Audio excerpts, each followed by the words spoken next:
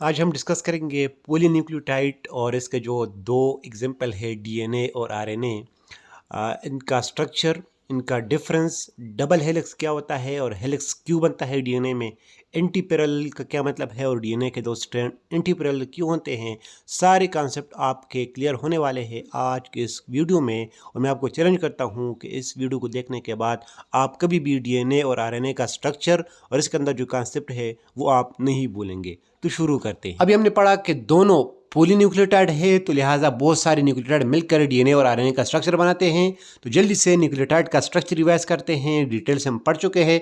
इसमें 3 केमिकल होते हैं। पेंटोज शुगर जो कि दरमियान में होगा, कार्बन नंबर 1 पे नाइट्रोजनस बेस अटैच होगा और पेंटोज शुगर के कार्बन नंबर 5 पे फास्फोरिक एसिड अटैच होता है। ट्रिक मैंने आपको बताया था, नेशनल बैंक नंबर 1 यानी नाइट्रोजनस बेस कार्बन नंबर 1 पे अटैच होता है, तो ऑटोमेटिकली आपको आइडिया होगा कि फास्फोरिक एसिड कार्बन नंबर 5 पे होता है। अगर सिर्फ एक न्यूक्लियोटाइड हो तो इसको हम फिर कहेंगे मोनोन्यूक्लियोटाइड, जिसके एग्जांपल एएमपी, एडीपी और एटीपी है। अगर हम दो न्यूक्लियोटाइड को आपस में जोड़ ले तो इसको हम कहेंगे डाइन्यूक्लियोटाइड, जिसके एग्जांपल एनएडी, एनएडीपी और एफईडी है। और इसको हम पिछली 2 लेक्चर में डिटेल से पढ़ चुके हैं। और अगर न्यूक्लियोटाइड ज्यादा हो तो इसको फिर हम कहेंगे पॉलीन्यूक्लियोटाइड। और बेसिकली पॉलीन्यूक्लियोटाइड डीएनए और आरएनए का स्ट्रक्चर बनाते हैं। यहाँ पे आपको एक पॉइंट याद रखना है, जब बहुत सारे न्यूक्लियोटाइड अटैच होते हैं तो दूसरे वाले न्यूक्लियोटाइड का फास्फोरिक एसिड पहले वाले न्यूक्लियोटाइड का जो शुगर है, पेंटोज शुगर है, उसके कार्बन नंबर 3 से अटैच होगा। यहाँ पे आपको नजर आ रहा है। अब डीएनए के पॉलीन्यूक्लियोटाइड और आरएनए के पॉलीन्यूक्लियोटाइड में कुछ डिफरेंस है। सबसे पहला डिफरेंस है कि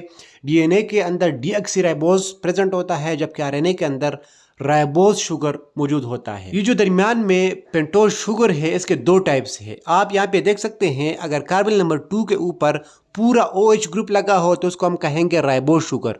अगर यहाँ पे सिर्फ H हो, ऑक्सीजन मौजूद नहीं हो, तो इसको फिर हम कहेंगे डीऑक्सीराइबोज, यानी एक ऑक्सीजन कम है। तो बेसिकली ये वाला यानी डीऑक्सीराइबोज वाला ये डीएनए के अंदर है, और राइबोज वाला पूरा OH वाला ये आरएनए के अंदर मौजूद होता है। और इस डिफरेंस के बेस पर इन दोनों के नाम पड़े हैं। डीएनए का मतलब डीऑक्सीराइबोन्यूक्लिक एसिड और आरएनए का मतलब राइबोन्यूक्लिक एसिड। दोनों में न्यूक्लिक एसिड है क्योंकि दोनों न्यूक्लिक एसिड के टाइप्स है, लेकिन इसके जो शुगर है उस बुनियाद पर एक के अंदर डीऑक्सीराइबोज और दूसरे के अंदर राइबोज। ये तो रहा शुगर में डिफरेंस। अब इसके जो राइट साइड पे नाइट्रोजनस बेस अटैच होता है, उसमें भी डिफरेंस है आरएनए और डीएनए के अंदर। आपको पता है कि नाइट्रोजनस बेसेस 5 किस्म के हैं: एडेनिन, गुआनिन, साइटोसिन, थायमीन और यूरेसिल। डीएनए के अंदर होता है एडेनिन, गुआनिन, साइटोसिन और थायमीन, जबकि सबसे पहले जो 3 है ये इसी तरह आरएनए में भी होता है, एडेनिन, गुआनिन, साइटोसिन, और थायमीन की बजाय आरएनए के अंदर होता है यूरेसिल। और इसको याद करने के लिए मैं आपको ट्रिक बताता हूँ। 8 girls college, adenine, thymine, girls के जी से गुआनिन और कॉलेज किसी से साइटोसिन, ये डीएनए के अंदर होगा। और आरएनए के लिए है रिमूव टायर्स एंड यूनिफॉर्म, यानी रिमूव टायर आपको थायमीन को रिमूव करना है, और यूनिफॉर्म के यानी यू आ रहा है आपको यूरेसिल लगाना है। ये आपको छोटा सा हिंट देगा कि कौन सा नाइट्रोजनस बेसिस डीएनए में है और कौन सा आरएनए में है। यानी ये 3 केमिकल थे, उसमें 2 में डिफरेंस है, आरएनए और डीएनए में। शुगर में भी डिफरेंस है और नाइट्रोजनस बेसिस में डिफरेंस है। बाकी जो फास्फोरिक एसिड है वो दोनों में कॉमन है और सेम है, कोई डिफरेंस नहीं है। सबसे इम्पॉर्टेंट डिफरेंस वो ये है कि डीएनए डबल पॉलीन्यूक्लियोटाइड चेन पर मुश्तमिल होता है, जबकि आरएनए सिंगल पॉलीन्यूक्लियोटाइड चेन पर मुश्तमिल होता है।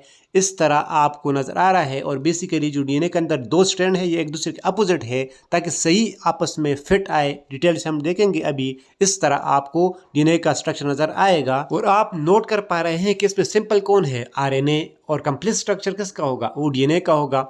अभी हमने किस स्ट्रक्चर को पढ़ना है, डीएनए को पढ़ना है ना, क्योंकि कॉम्प्लेक्स है, 2 स्ट्रैंड है, किस तरह ये आपस में जुड़ेंगे, कौन से बॉन्ड इसको लिंक करेंगे, और ये एंटी पैरेलल क्यों आता है, एक दूसरे के अपोजिट क्यों आता है। तो ये सारी चीज़ें अब हम पढ़ेंगे। और आरएनए का तो स्ट्रक्चर पढ़ना ही नहीं है, वो सिंपल स्ट्रक्चर है, बस सिंगल स्ट्रैंड है। ये यहाँ तो उसकी बात ख़त्म हो गई। और इस डीएनए के स्ट्रक्चर को एक्सप्लेन करने के लिए एक मॉडल है, उसको हम कहते हैं वाटसन एंड क्रिक मॉडल। अब हम इसको एक्सप्लेन करने की कोशिश करते हैं ट्रिक्स के साथ, कंसेप्चुअल वे में। आपको गौर से सुनना है। ये 2 साइंटिस्ट उन्होंने एक्सप्लेन किया था, और इसके नाम के ऊपर ये मॉडल है वाटसन एंड क्रिक। ये मॉडल दिया था 1953 में और इन दोनों को नोबेल प्राइज़ मिला फिर 1962 में। सबसे पहला पॉइंट है कि डीएनए इज़ डबल स्ट्रैंडेड। इसके दो स्ट्रैंड है। इस तरह जैसे कि आप सीढ़ी को देख सकते हैं, एक स्टेयर आप समझ ले, इस तरह दो स्ट्रैंड है इसके। इस तरह डीएनए के भी दो स्ट्रैंड आपको इस तरह नज़र आ रहे हैं, लेकिन ये सिंपल स्ट्रैंड नहीं है, ये एक दूसरे के अंदर ट्विस्ट हुए हैं। तो इसको अब हम नाम देंगे डबल हेलिक्स। आपको फ़र्क करना है डबल स्ट्रैंड में और डबल हेलिक्स में। अगर स्ट्रेट हो तो फिर उसको हम कहेंगे डबल स्ट्रैंड, लेकिन डीएनए तो डबल स्ट्रैंड है लेकिन स्ट्रेट तो नहीं है ना, एक दूसरे के अंदर ये ट्विस्ट है। क्यों ट्विस्ट है अब हम देखेंगे। तो जब ट्विस्ट हो जाते हैं तो इसको फिर हम नाम देंगे डबल हेलिक्स का। नेक्स्ट पॉइंट जो न्यूक्लियोटाइड के अंदर 3 केमिकल होते हैं उसके अरेंजमेंट के बारे में है कि कहाँ कहाँ पे कौन सा केमिकल पाएगा। ये जो आपको बैकबोन नज़र आ रहा है, मेन दो जो स्ट्रैंड नज़र आ रहे हैं ये बने होंगे फास्फोरिक एसिड और पेंटोज शुगर से। इन दोनों पीपी आपको नजर आ रहा है, फास्फोरिक एसिड और पेंटोज शुगर। और पेंटोज शुगर कौन सा होगा, वो होगा डीऑक्सीराइबोस, क्योंकि डीएनए का स्ट्रक्चर है। और हर बैकबोन के साथ एक साइड चेन होगा जो कि नाइट्रोजनस बेसिस पर मुश्तमिल होगा। इसको आप डिटेल से यहाँ पे देख लें। अच्छा, ये आपको जो साइड स्ट्रैंड नजर आ रहा है यहाँ पे आप देख सकते हैं पीएस यानी phosphoric acid sugar, phosphoric acid sugar, इस तरह नीचे तक ही स्ट्रैंड बना हुआ है। और बाहर की तरफ आपको क्या निकले हुए नजर आ रहे हैं, वो है नाइट्रोजनस बेसिस, एडेनिन है, थायमिन, ग्वानिन, साइटोसिन, इस तरह आपको नजर आ रहा है। ये अरेंजमेंट है बेसिकली डीएनए के अंदर स्ट्रैंड का।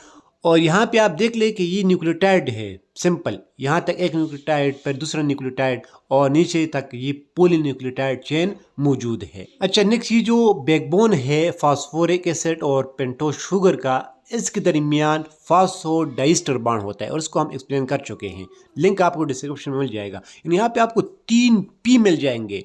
फास्फोरिक एसिड, पेंटोज शुगर आपस में जुड़े होते हैं फास्फोडाइस्टर बॉन्ड से। तो ये कहानी है स्ट्रैंड का। और दोनों स्ट्रैंड आपस में मिलेंगे तो नाइट्रोजनस बेसिस की वजह से मिलेंगे। तो दोनों स्ट्रैंड की जो नाइट्रोजनस बेसिस है वो वीक हाइड्रोजन बॉन्ड की वजह से अटैच होंगे। हाइड्रोजन बॉन्ड का आपको थोड़ा सा आइडिया होना चाहिए कि जब हाइड्रोजन फ्लोरीन के साथ या ऑक्सीजन के साथ या नाइट्रोजन के साथ बॉन्ड बनाएं तो इस बॉन्ड को हम कहेंगे हाइड्रोजन बॉन्डिंग। एडेनिन हमेशा थायमिन के साथ बॉन्ड बनाएगा और ग्वानिन हमेशा साइटोसिन के साथ बॉन्ड बनाएगा। ट्रिक वही है 8 गर्ल्स कॉलेज। 8 मतलब एडेनिन थायमिन, गर्ल्स का मतलब ग्वानिन और साइटोसिन। एडेनिन थायमिन के दरमियान 2 बॉन्ड होंगे, ग्वानिन और साइटोसिन के दरमियान 3 बॉन्ड होंगे। अगर आपसे कोई पूछे कि इस तरह क्यों है तो इसकी स्ट्रक्चर की वजह से। ये आपको नजर आ रहा है, एक तरफ एडेनिन दूसरी तरफ थायमिन है। आप देख सकते हैं कि एक हाइड्रोजन बॉन्ड ये बना है और ये की ऊपर हाइड्रोजन ऑक्सीजन के साथ बॉन्ड बना है, नीचे हाइड्रोजन है नाइट्रोजन के साथ। तो ये स्ट्रक्चर की वजह से यहाँ पे 2 बॉन्ड बन पा रहे हैं। और राइट साइड पे आप देख ले ग्वानिन और साइटोसिन की स्ट्रक्चर की वजह से 3 हाइड्रोजन बॉन्ड बन पा रहा है। ये जो डॉट से आपको नजर आ रहा है ये हाइड्रोजन बॉन्ड है। इस तरह एडेनिन थायमिन के साथ फिट आएगा और ग्वानिन साइटोसिन के साथ फिट आएगा। इसको हम कहते हैं कॉम्प्लीमेंट्री बेस पेयरिंग, यानी कंप्लीट बेस पेयरिंग। एक दूसरे के लिए ये फिट है और ये अपोजिट नहीं आ सकते।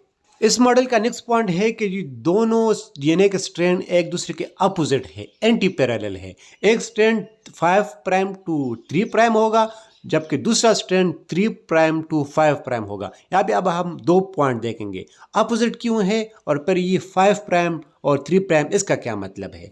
ये आपको डीएनए के स्ट्रैंड नज़र आ रहे हैं और ये मैं आपको इसकी नंबरिंग करता हूँ। एक ये 5 प्राइम है और दूसरा ये 3 प्राइम है। इस तरह ये आप 2 स्ट्रैंड देख सकते हैं। क्या ये दोनों स्ट्रैंड इस तरह जुड़ पाएंगे अगर इसके जो ये साइड चेन है एक दूसरे के सामने नहीं हो, अपोजिट हो, तो ये जुड़ पाएंगे? बिल्कुल नहीं। तो इसका सोल्यूशन ये है कि इस एक स्ट्रैंड को आप घुमाएं। जो 3 प्राइम वाला है वो टॉप पे आएगा और 5 प्राइम नीचे आएगा। अब जो साइड चेन है ये एक दूसरे के सामने है और ये अब इजीली आपस में जुड़ पाएगा। उम्मीद है आपको क्लियर हुआ होगा कि ये एंटी पैरेलल क्यों होते हैं, लेकिन और आप डिटेल थोड़ा देख ले। ये आपको 2 स्ट्रैंड नज़र आ रहे हैं और ये सेम डायरेक्शन में है, एंटी पैरेलल नहीं है, पैरेलल है। तो आप देख सकते हैं कि ये जो नाइट्रोजन बेसेस है एडेनिन, ग्वानिन, साइटोसिन, थायमिन, ये आपस में यहाँ पे जुड़ नहीं पा रहे हैं। इसलिए ये जो दूसरा स्ट्रैंड है उसको एंटी पैरेलल करना होगा, अपोजिट करना होगा, ताकि ये जो नाइट्रोजन बेसेस है इसके दरमियान इजीली हाइड्रोजन बॉन्ड बन पाए, तभी तो दोनों स्ट्रैंड आपस में जुड़ पाएंगे। तो ये वजह है कि दोनों स्ट्रैंड एंटी पैरेलल है। अब नेक्स्ट पॉइंट पे जाते हैं कि 5 प्राइम टू 3 प्राइम का क्या मतलब है। ये आप दो स्ट्रैंड देख पा रहे हैं, इसका जो टॉप पॉइंट है आपको यहाँ पे नजर आ रहा है, ये 5 कार्बन है जहाँ पे फास्फोरिक एसिड अटैच है। और आप नीचे देख ले कि नीचे फास्फोरिक एसिड कहाँ पे आ रहा है, 3 नंबर कार्बन पे आ रहा है। और तो यही यहाँ पर मतलब हुआ कि 5 से ही जा रहा है 3 की तरफ। प्राइम हम क्यों लिखते हैं, क्योंकि यहाँ पे आपको नाइट्रोजनस बेस नजर आ रहा है, उसके अंदर भी कार्बन है, ताकि उससे हम डिफ्रेंशिएट करें। तब यहाँ पे 5 प्राइम नजर आ रहा है। प्राइम का मतलब यहाँ पे है पेंटोज शुगर का कार्बन नंबर 5 की जिक्र हो रही है। जबकि दूसरा स्ट्रैंड आप देख ले कि फास्फोरिक एसिड टॉप पे कौन से नंबर का कार्बन पे नजर आ रहा है, यहाँ पे आपको नजर है 3 पे, और कौन से लास्ट में है तो आप ये देख सकते हैं 5 लास्ट में आ रहा है। तो ये स्ट्रैंड 3 से जा रहा है 5 की तरफ। तो ये कॉन्सेप्ट है प्राइम 5 प्राइम टू 3 प्राइम के अंदर।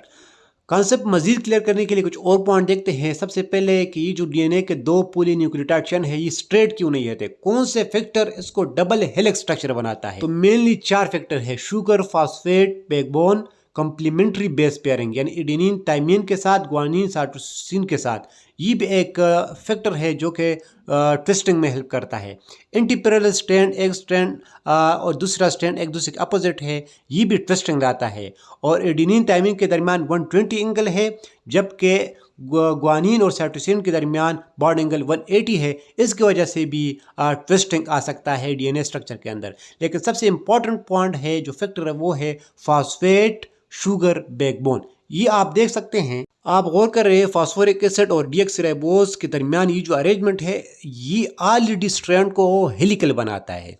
तो इस तरह दूसरा स्ट्रैंड भी हेलिकल बन पाएगा इस अरेंजमेंट की वजह से। जब आपस में जोड़ेंगे तो ऑटोमेटिकली डबल हेलिकल स्ट्रक्चर बन जाएगा। तो ये 4 फैक्टर रोल प्ले करते हैं डीएनए को हेलिकल स्ट्रक्चर बनाने में। अच्छा, अगर डीएनए डबल हेलिक्स स्ट्रक्चर में तो उसकी बेनिफिट क्या है, तो इसकी वजह से डीएनए स्टेबल होता है, टाइटली पैक होता है न्यूक्लियस के अंदर। अगर स्ट्रेट होता तो बहुत ज़्यादा जगह घेरता, तो न्यूक्लियस कम जगह में ज़्यादा डीएनए पड़ा हुआ है, और इस तरह ये प्रोटेक्शन में भी हेल्प करता है। डीएनए प्रोटेक्टेड रहता है डबल हेलिक्स स्ट्रक्चर की वजह से।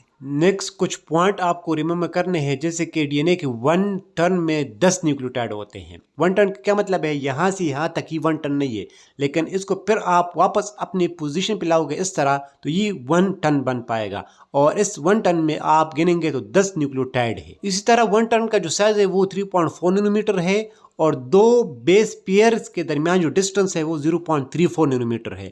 आप इजीली कैलकुलेट कर सकते हैं, पूरा टन का साइज 3.4 और 1 टन में 10 न्यूक्लियोटाइड है, तो आप इसको 10 पे डिवाइड करें तो 2 बेस पेयर के दरमियान आपको डिस्टेंस 0.34 मिलेगा।